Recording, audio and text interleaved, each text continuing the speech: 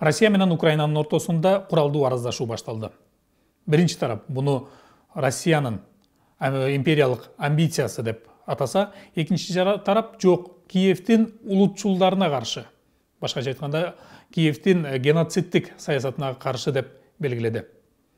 Ушул эки бир тууган мамлекет, эки бир тууган элдин ортосундагы жаңжалды дүйнөлүк коомчулук 3-чү дүйнөлүк согуштун башталышы катары сыпаттап да жетишти. Ачык булактардагы маалыматка таяна турган болсок, бул бүгүнкү окуянын тамыры тереңирээк. Тактап айтканда, бир тарабы Америка Кошмо Штаты баштаган держава болсо, экинчи тарабы Россия Федерациясы баштаган державанын тирешүүсү. Ошол Америка Кошмо Штатына түздөн-түз баш ийген НАТОнун жана ошондой эле Евросоюздун улам Россияны көздөй жылып келүүсүндө. 1989 жылы Берлиндеги улуу дуалдуу кулатуу маалында ошол малда СССРдин президенти Горбачевдун талаптарынын бири НАТО чыгышты көздөй жылбайт деген. Ушунун негизинде дуал кулатылды. Дуал кулады. Кулагандан 10 жылдан кийин НАТО чыгышты көздөй жылып баштады. Болгондо дагы мурунку социалисттик блокторго кирген Венгрия, Польша, Чехия 99 жылы НАТОнун курамына кирген болсо, 2004 жылы Болгария жана Румыния. Мындан сырткары ушул эле 2004 жылы СССРдин курамындагы Прибалтика мамлекеттери Латвия, Литва, Эстония дагы НАТОнун мүчөсү болду. 2008 жылы ушул НАТОнун кезектеги саммитинде ошол малдагы Америка Кошмо Штатынын президенти Джордж Буш Украина жана Грузияны НАТОго кабыл алууга даяр экендигин айтты. Ушуну менен Россия, Грузия жана ошондой эле Украинанын ортосунда ажырым чоңое баштады. 2013-14 жылдары бул ажырым улам күчөп келди дагы, кезектеги мындайча айтканда күч менен бийлик алмашты. Мунун капшабы менен эмне болду? Донецк жана Луганск аймактары биз өзүнчө мамлекетпиз деп чыгышты. Аны эч ким чынында тааныган жок, бирок алар өздөрүнүн аймагын чектешип, өздөрүндөгү болгон курал жарак менен Украинага, Киевге каршы турушту.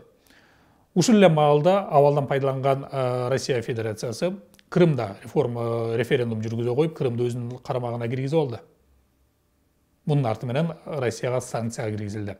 Ал эми быйылкы жылы Россия Федерациясынын президенти Владимир Путин 21 февраль күнү ЛНР жана ДНРди көз карандысыз мамлекет деп тааныды.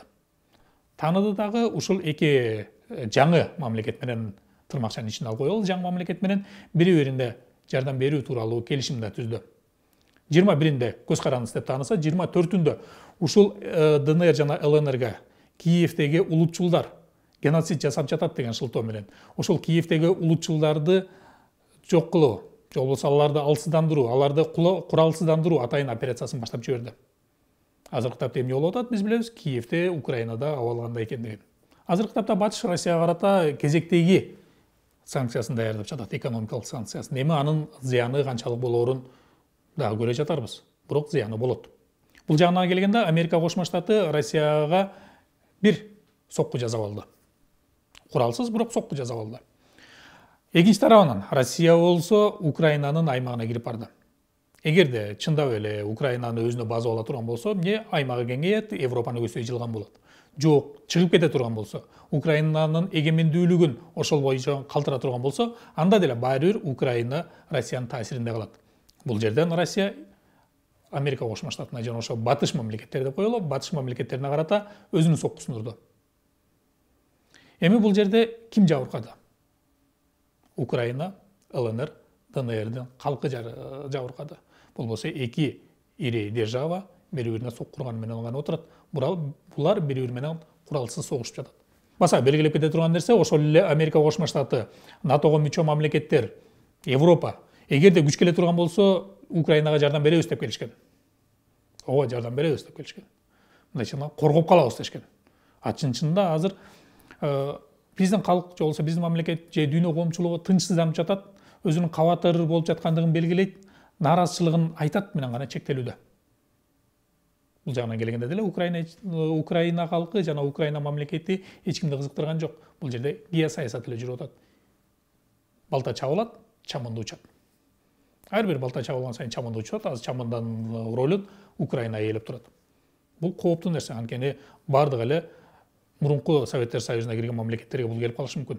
бир тарабы батыш, бир тарабы Россия. Владимир Путин азыркы тапта аларга коюлуп жаткан күнөөлөрдүн баардыгын четке кагып, ал эмес тескерисинче контр күнөөлөрдү айтып жатат. Мисалы 90-2000 жылдары ала турган болсок, ошол эле АКШ баштаган НАТО Югославияны, Иракты, Афганистанды бомбалап, ал жактарды база болгон.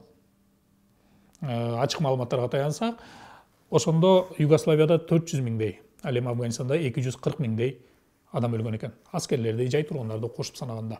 Азыр Россия өзүнүн белгилөөсүндө биз Украинанын калкына тийишкен жокпуз, аларга эч кандай кооптуу абал болбойт, алар коопсуздукта. Биз жалаң гана аскердик бөлүктөрдү талкалап жатабыз деп белгилешүүдө. Жогоруда айтылгандай, эки мамлекет азыркы тапта куралсыз мушташып турганда, 3-чү дүйнөлүк согуштун чыгышы деле күмөндөй. Бирок чындыгына ким билет? Биз кайсы бир атын атабаган булактарга, же болбосо документтерге, сырдуу документтерге таянып айткан жокпуз. Бул айткандарыбыздын бардыгы тарых, ачык маалыматтар болду. Башкача айтканда, жөн эле логика.